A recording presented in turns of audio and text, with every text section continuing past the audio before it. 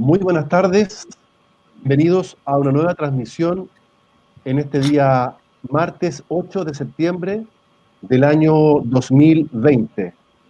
Este programa lo hemos titulado La fragilidad del patrimonio y tenemos invitados de lujo para esta conversación. Primero nos acompañan Claudio Galeno, arquitecto, doctor en Teoría e Historia de la Arquitectura, director del programa de Magíster de Arquitectura en Zonas Áridas de la Universidad Católica del Norte. Bienvenido desde Antofagasta, Claudio. Muchas gracias.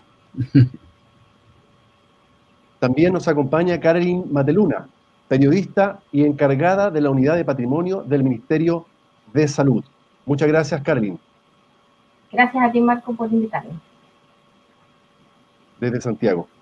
José Rosas, arquitecto, jefe del doctorado en Arquitectura y Estudios Urbanos y profesor titular de la Pontificia Universidad Católica de Chile. Bienvenido y muchas gracias, José, por estar acá. Muchas gracias, Marco, y saludo a todos los presentes. Y por último, nos acompaña Pilar Evia. Ella es médico pediatra, igual que su padre, el doctor Patricio Evia Rivas, destacado salubrista, fallecido el 5 de mayo pasado.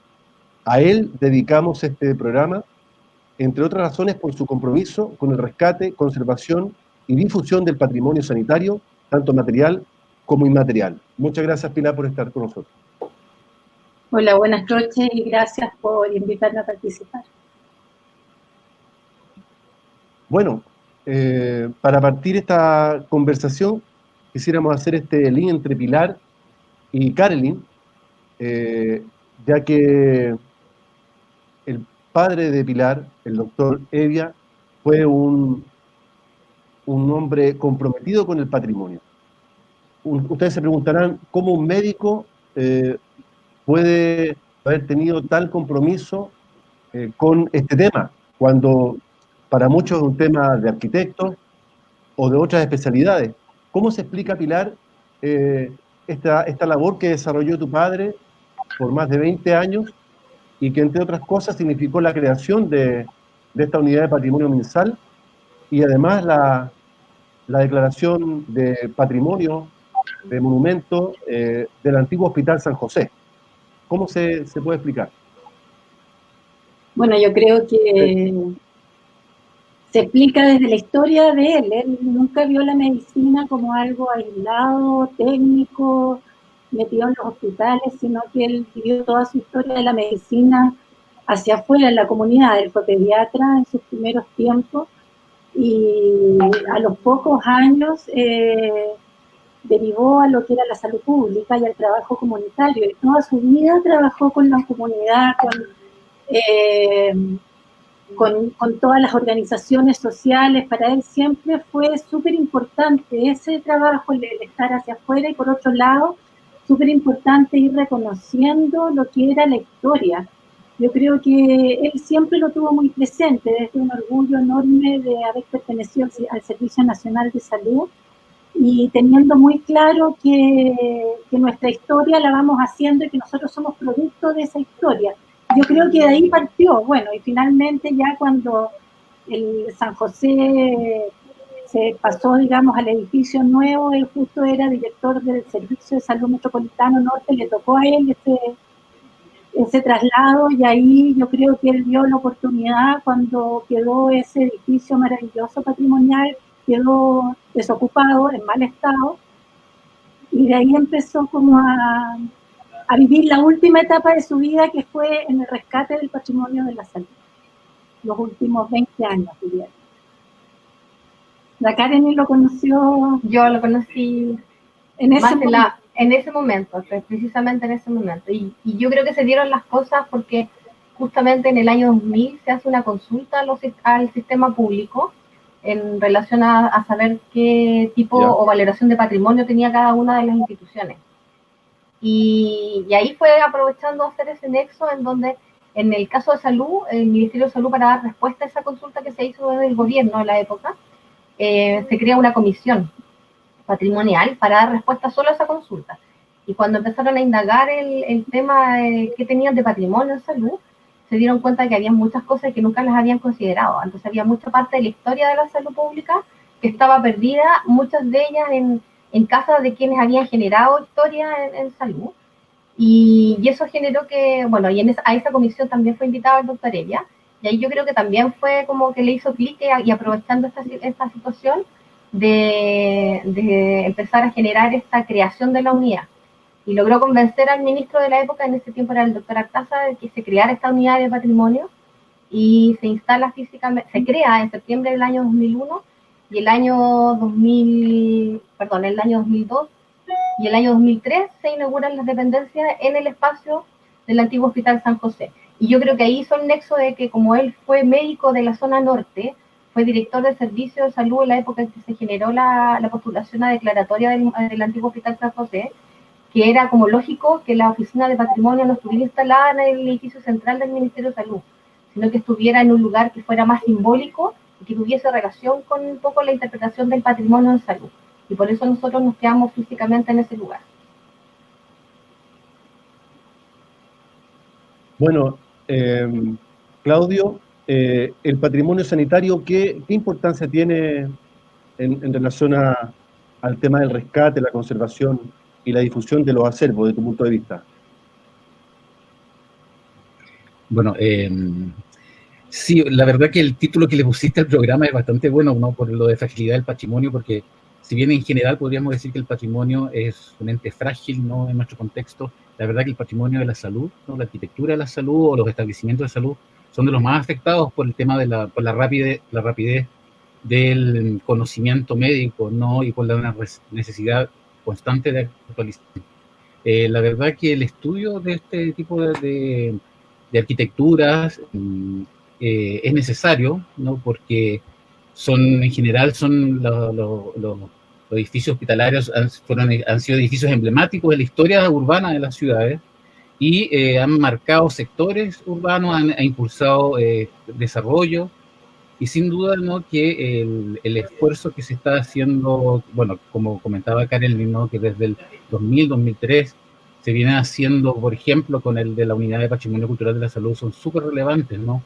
Yo actualmente desarrollo una investigación, un fondesis sobre establecimientos de salud de Arica, Iquique y Antofagasta, una de las fuentes importantes de consulta de información de los edificios es el archivo que mantiene la Unidad de Patrimonio Cultural de la Salud, que si bien no está como uno quisiera que estuviese, por lo menos está en un sitio resguardado y abierto a la comunidad, que es lo mejor, y hay material fantástico, Sociedad Constructora de Establecimientos Educacionales, de la Caja de Seguro, del Servicio Nacional de Salud, o sea, es un material que yo creo que todavía está en bruto y sobre el cual todavía se pueden hacer muchas cosas.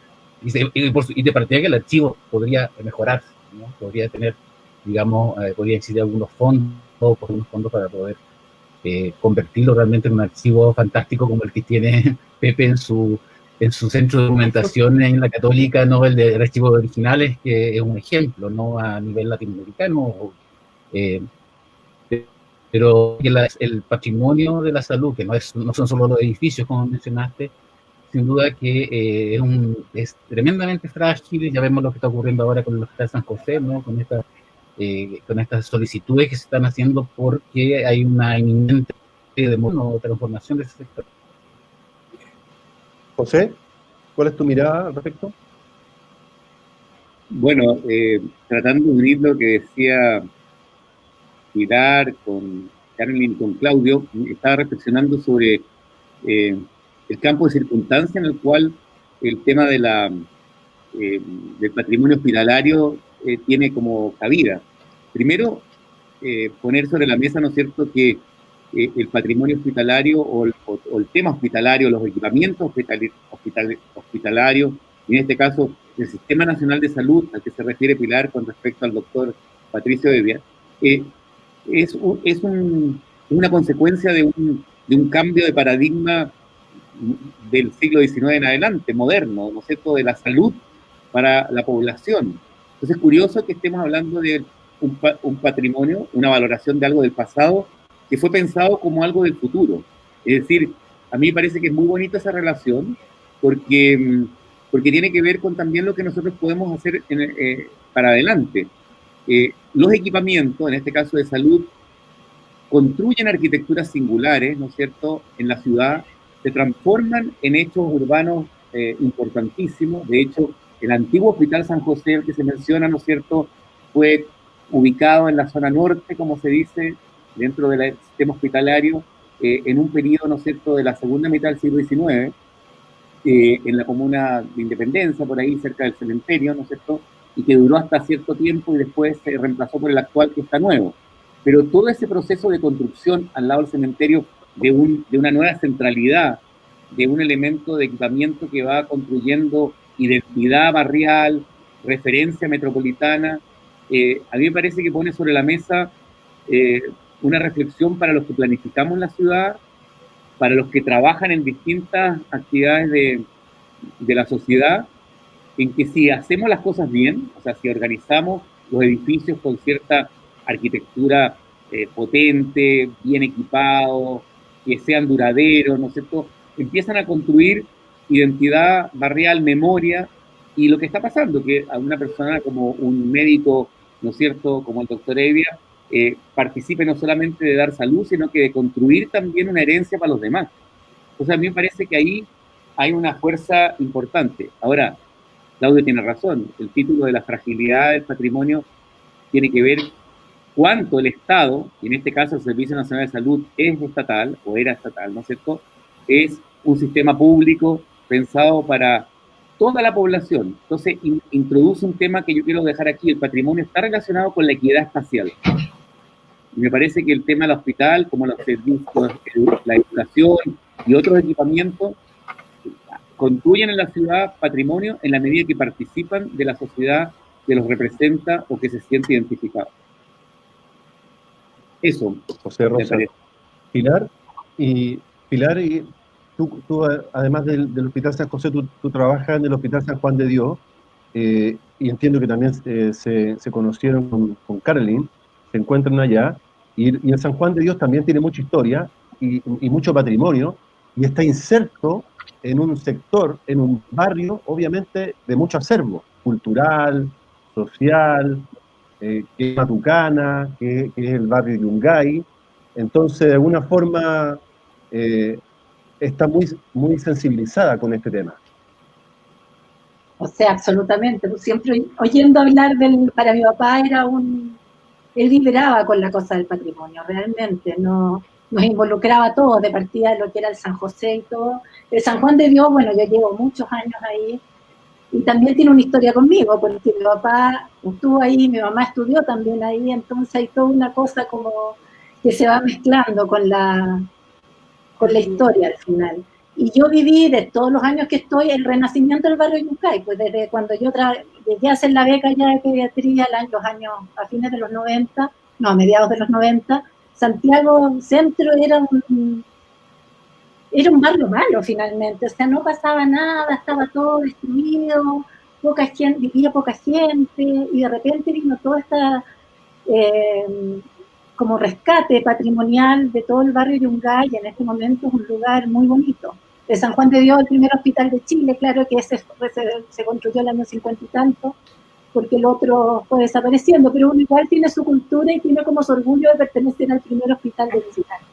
Yo quería rescatar algo que decía José también respecto a lo que es la comunidad la que lo hace propio el patrimonio. O sea, para mi papá era súper importante eso de no rescatar edificios para dejarlos así como un museo cerrado, que la gente lo viera de lejos, no rescatar, no sé, documentos para meterlos en un archivo ahí secreto, sino que para él era dárselo a la gente y que la gente lo hiciera propio, porque era la única manera que la cultura iba a permanecer en el fondo, en el momento que ya la comunidad hacía propio. Por eso para él San José tenía que ser un centro cultural, de salud, con gente metida con distintos grupos, estaban los evangélicos, los católicos con el Hogar de Cristo, estaban los masones, la universidad, la medicina china, o sea, aparte de todo lo que era la salud, estaba como la comunidad andando.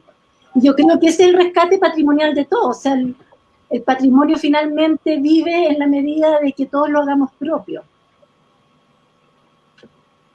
Gracias, Pilar. Carolyn, volviendo al norte de Santiago, bueno, hay una zona hospitalaria, por así decirlo, donde junto con el San José está el emblemático hospital de la Universidad de Chile, José Joaquín Aguirre, que también hizo un trabajo de rescate con su capilla, con la capilla San Vicente de Paul, a partir del año 98, un trabajo ahí de la Universidad de Chile, muy importante y que gracias se financió por una donación, una persona que dejó un testamento, entiendo que era un químico francés, que dejó en testamento una gran cantidad de recursos que permitieron hacer esta restauración. Los otros son de declaratorias, pero uno pudiera pensar que en el caso del antiguo Hospital San José había quedado resguardado, pero ¿qué pasó? ¿Por qué hoy día se habla de demolición? ¿Por qué hoy día está amenazado el antiguo Hospital San José? ¿Nos pudieras contar brevemente? Bueno, básicamente porque cuando en el año 99 se hizo la postulación a la declaratoria, se consideraron los valores, creemos nosotros, porque en realidad de los que presentaron la declaratoria no hay mucho contacto con esas personas, y además el doctor Evia era como el que tenía más claro el perfil de por qué se decidió solamente declarar una parte del antiguo Hospital San José. Y por lo que nosotros hemos leído en los antecedentes y en el expediente mismo que se presentó, básicamente se consideraron los valores históricos, o sea, se decidió proteger el hospital, la originalidad de la construcción del hospital, y el resto de los pabellones y de los espacios que estaban no se consideraron para la protección, también un poco pensando y proyectándose en que probablemente poco no se iba a votar el resto del espacio. Entonces, ¿qué nos pasa ahora? Que la lógica cambió, hay un nuevo proyecto de construcción de un nuevo instituto del cáncer y que pertenece al Servicio de Salud Metropolitano Norte, y como ellos siguen siendo los dueños del inmueble del antiguo Hospital San José, decidieron que los espacios y los terrenos que no están protegidos dentro del antiguo hospital dan cabida a este nuevo proyecto. Y ese es como la problemática que tenemos en este momento, porque el antiguo Hospital San José, independiente que no esté declarado completo monumento histórico, apelando un poco a la mirada que tenía el doctor Patricio Evia en relación a la rehabilitación y darle una resignificación a los espacios, que se declarara monumento histórico, es decir, no declarar por declarar, sino que declarar con un proyecto de reutilización en donde se invitara a la comunidad a hacer propio este espacio. Formaron parte de esta comunidad actualmente 20 instituciones. Entonces, cada una de estas instituciones se hizo cargo de un espacio, y aquí no existieron donaciones de herencias ni de personas específicas. Básicamente, los espacios fueron asignados a distintas instituciones a través de comodato, y cada una de ellas lo recuperó. La idea era tratar de mantener la mirada lo más patrimonialmente posible en el ámbito de la recuperación de aquellos espacios. Y esas son las instituciones que en este momento están invitadas a abandonar el lugar. Tenemos fecha de salida, como plazo máximo, el 31 de octubre. En paralelo a esto, mucho antes de que nos llegara la notificación, ya teníamos conversaciones con la comunidad de que era importante proteger el resto del espacio, porque además participa mucho la comunidad externa. Además, somos también como el patio trasero de las inmobiliarias que están en el sector, y como está abierto el espacio porque no se cierra nadie, hay gente que aprovecha las plazoletas, los espacios que tenemos en ese lugar como para cuando hay buen tiempo, hay niños jugando, hay gente que está recorriendo, descansando en el entorno. Entonces decidimos postular la declaración de monumento histórico, que es lo que en este momento tenemos ingresada la solicitud. Se ingresó en febrero de este año y todavía está ahí en estudio para ver cuándo se vota definitivamente si la ampliación de la solicitud de declaratoria. Ahora, mucha de la gente, hay algunos arquitectos que participaron en este proceso antiguamente y quedaron con la visión de cómo era el hospital cuando se reabrió en ese momento, cuando se hizo la declaratoria, que había mucha construcción hechiza entre medio de cada uno de los pabellones. Eso ya se limpió, eso ya hace muchos años que dejó de existir, y en realidad es un lugar bastante agradable que recorrer. Obviamente, siempre hay mucho más por hacer, pues esta falta recuperar los jardines en óptimas de los pasillos, pero es un lugar que en época normal, no en temporadas de pandemia, es un lugar que es muy visitado. hay recorridos guiados de escolares, de alumnos de enseñanza media, prebásica, de alumnos de universidades, así como decía Claudio, que él ha aprovechado ese material para hacer su trabajo de investigación. No solo está abierto para otras carreras que también investigan distintas temáticas en relación a lo que pasa con la historia de San José, con la historia de otros establecimientos hospitalarios. Claro. Carolyn Mateluna, encargada de la unidad de patrimonio INSAL, junto a Pilar Evia, médico pediatra, también José Rosa, arquitecto, profesor titular de la Facultad de Arquitectura de la Universidad Católica, y Claudio Galeno, arquitecto desde la Universidad Católica del Norte en Antofagasta. Claudio Galeno, esta situación que relata Carolyn responde a un vacío en la normativa, a un vacío legal, a un vacío en las políticas públicas. ¿A qué lo atribuye? Yo creo que tiene que ver un poco con creo que el tema del patrimonio es un tema bastante, de la forma que lo estamos viendo ahora, un tema que todavía está en evolución. Creo que la sociedad chilena, el patrimonio también en el contexto chileno también es frágil porque tenemos los terremotos y hay muchas piezas que se han perdido también por los sismos. Hay muy poca arquitectura colonial, por ejemplo, ¿no? Y lo que no ha votado el sismo lo hemos votado nosotros, ¿no? Como el mismo Hospital de San Juan de Dios, la versión que estaba en la Alameda. Pero sí, se está trabajando sobre una nueva ley de patrimonio y se quieren cubrir varios vacíos que hay, que en el fondo en la actual ley, la verdad es que los propietarios se sienten como atacados, ¿no? Cuando se les declara un inmueble, porque básicamente la ley actual no les otorga prácticamente ningún beneficio. No hay beneficios fiscales, no hay beneficios o sea, beneficios muy pocos, por ejemplo, que si un inmueble está declarado, el Ministerio de Obras podría hacer algún tipo de inversión, como se ha hecho, por ejemplo, aquí en Antofagasta, con el muelle histórico o con algunas iglesias de la zona andina, pero la nueva ley, a pesar de que también hay posturas muy críticas, con la verdad que ha habido poca consulta pública sobre su elaboración, pero algunas de las novedades que involucra también son beneficios fiscales a los propietarios, que es como debe ser, porque en el fondo, claro, o sea, no se le puede exigir a una persona que tenga un bien patrimonial que más tenga que hacerse cargo de algo que ni siquiera puede transformar. Pero la verdad que el tema, como digo, el tema del patrimonio es un tema en evolución. Hoy en día se habla mucho de reuso adaptativo, ¿no? Que en el fondo los edificios no tienen que quedar congelados como si fuesen piezas de museo, sino que tienen que estar un poco como lo que describía Karen, ¿no?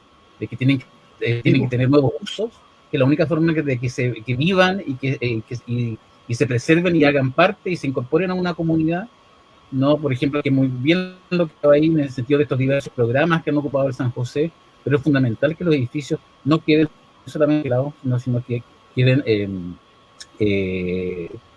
sean reutilizados, ¿no? O sea, claro, y la conciencia, ¿no? Vamos a decir, de la sociedad chilena, y la verdad que la fragilidad no es solo del patrimonio, también es de la fragilidad de la memoria de la sociedad. O sea, las personas tienen una memoria muy, muy, muy, muy frágil, ¿no? O sea, claro, los edificios de la salud han sido edificios en muchos casos emblemáticos. La arquitectura moderna también hizo muy buena arquitectura de la salud, y también hay piezas que están muy transformadas en la actualidad con un grupo de arquitectos.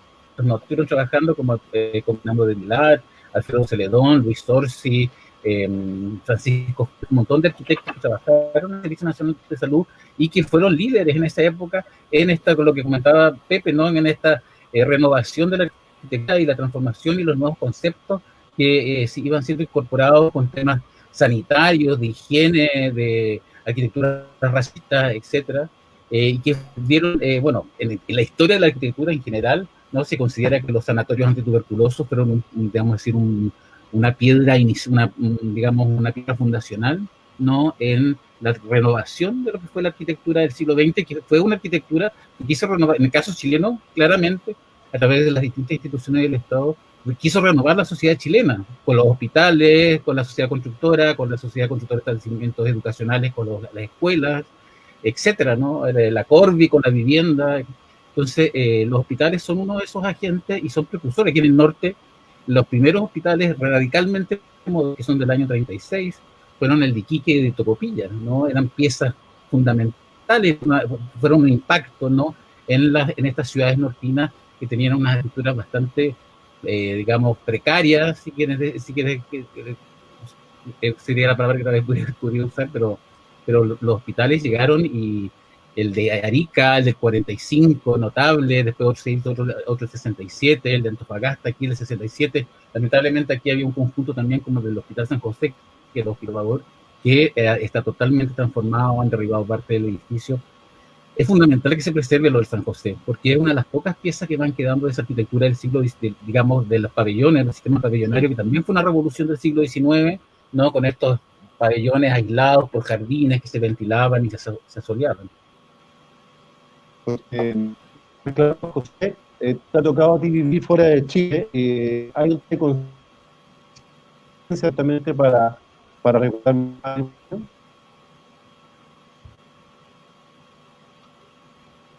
He escuchado un poco mal, no sé si me puedes repetir una pregunta. Te decía, como tú vives fuera de Chile, te ha tocado ver en realidad si en ese sentido nos falta conciencia y cultura, un poco también. Mira, sí, bueno, en los casos que más he conocido, sobre todo de Europa y particularmente Barcelona, yo diría que hay una distancia grande. Probablemente hay dos puntos que se han mencionado hoy día. Pilar toca uno que me parece importante, Claudio toca otro, y yo creo que son a considerar. La primera, ¿no es cierto?, respecto a lo que dice Pilar, un equipamiento como un hospital, como un colegio, incluso hay escritores y arquitectos como Claudia Smith que lo llama Palacios sin Reyes, o sea, obras de arquitectura, ¿no es cierto?, que, como decía Claudio, son para reformar la sociedad, ya los hospitales también lo fueron, aportan como un gran valor al barrio. Y en el caso del San Juan de Dios, ¿no?, que está ahí en el barrio Matucana, en el barrio Yungay, está imbricado con otras piezas. Bueno, en la Quinta Normal, las escuelas normales, el barrio Yungay, y coexisten perfectamente. Entonces, Claudio hablaba, o ha trabajado mucho este tema, como decía Carolyn, no sé, tus investigaciones, Fondesi, porque la arquitectura hospitalaria no es solamente un objeto arquitectónico, pertenece a una comunidad urbana, tiene una historia urbana y arquitectónica. Y yo creo que eso, por lo menos en los casos que yo conozco europeos, está relacionado. Nadie ve el objeto en sí, sino que es esa pieza en relación a las relaciones que tiene espaciales en ese todo. El Hospital San Juan de Dios yo le tengo harto cariño también, a pesar que Pilar no sabe, yo estoy casado con una odontóloga, la iba a buscar en su internado ahí en la noche, así que sé perfectamente lo que pasaba. Entonces, está relacionado con vivencias biográficas, todo. También Claudio toca ese tema, ¿no es cierto?, etnográfico, esto, que tiene que ver con que en ese barrio tú en la noche no era tan fácil de llegar, hace 40 años, y claro, tú veías que había todo un tema de la gente que vivía ahí, de los que iban a visitar los enfermos y no se podían quedar ahí, sino que en unos hoteles cerquita, las posadas de del barrio Yungay.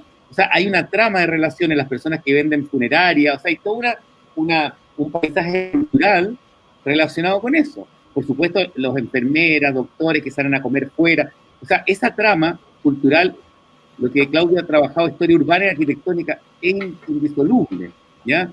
Y quizás probablemente aquí todavía seguimos pensando en el patrimonio como, yo sé que no es todo, como no son todos así, pero el patrimonio como un objeto sin uso, como se estaba diciendo acá, hay que darle uso.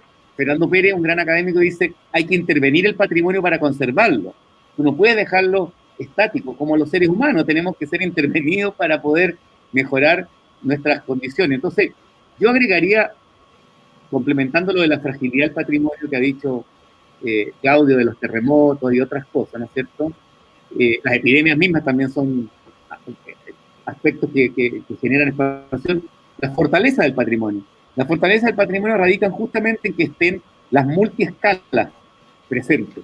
La del territorio, la ciudad, la comuna, la comunidad, la junta de vecinos, todo. Otro tema son todos los estudiosos, o sea, los estudios que ha hecho Claudio, los trabajos que ha hecho Karen, las defensas políticas que hay frente al Congreso, digamos, hay una serie de elementos que hacen que el patrimonio sea fuerte en la medida de que haya un consenso de distintos actores sobre la memoria que tienen estos artefactos, estas piezas, ¿no es cierto?, y la relación de identidad con la comunidad. El barrio Yungay está plenamente identificado tanto como con el hospital, como con la biblioteca, con el museo que está al frente en el Museo de Arte Contemporáneo, la Quinta Normal. O sea, esa trama es el relato del patrimonio, es el soporte. Igual pasa en El Salvador o en las zonas del hospital, ¿no es cierto?, del nuevo hospital, en todas partes, sí.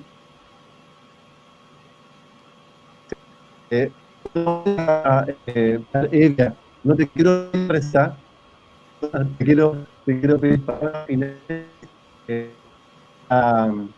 evitar que este patrimonio se pierda y se olvide.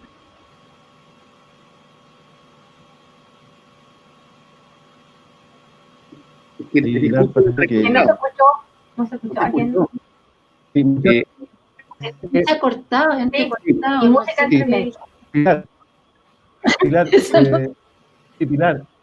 te estaba diciendo que no te quiero pedir una receta, pero sí palabras finales y preguntarte cómo hacer para que este periodo no se pierda ni se olvide. Uy, no te entendí la última parte, te entendí que no querías una receta, pero después sí, ya ¿cómo hacer para que el patrimonio no pierda ni se olvide? Uy, pero yo no tengo la receta de eso, yo estoy aquí por...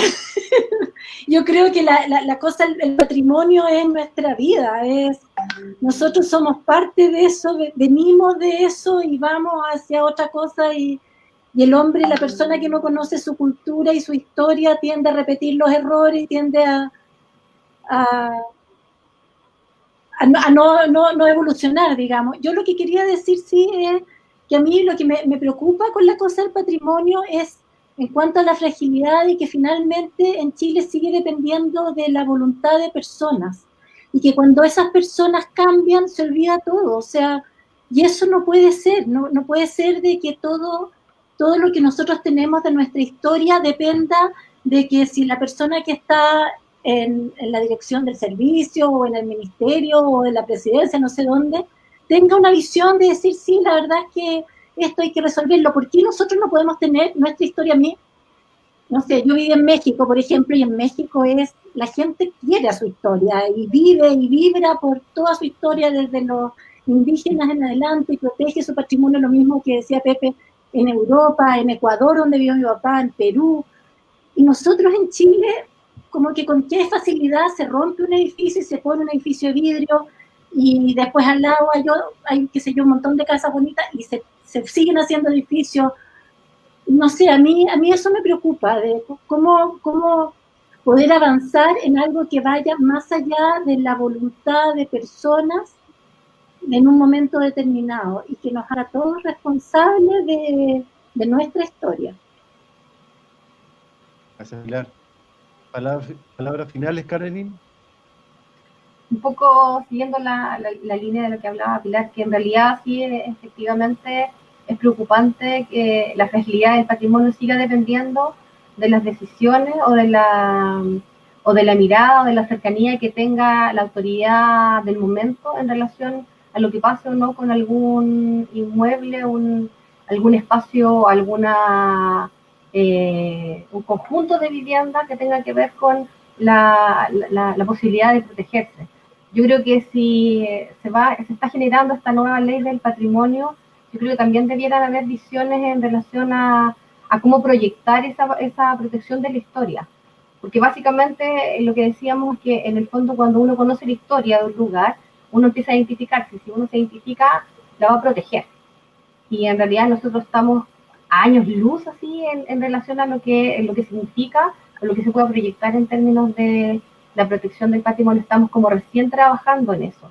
Y nos faltan más voluntades políticas que proyecten esta protección y buscar también soluciones de cómo podemos mejorar.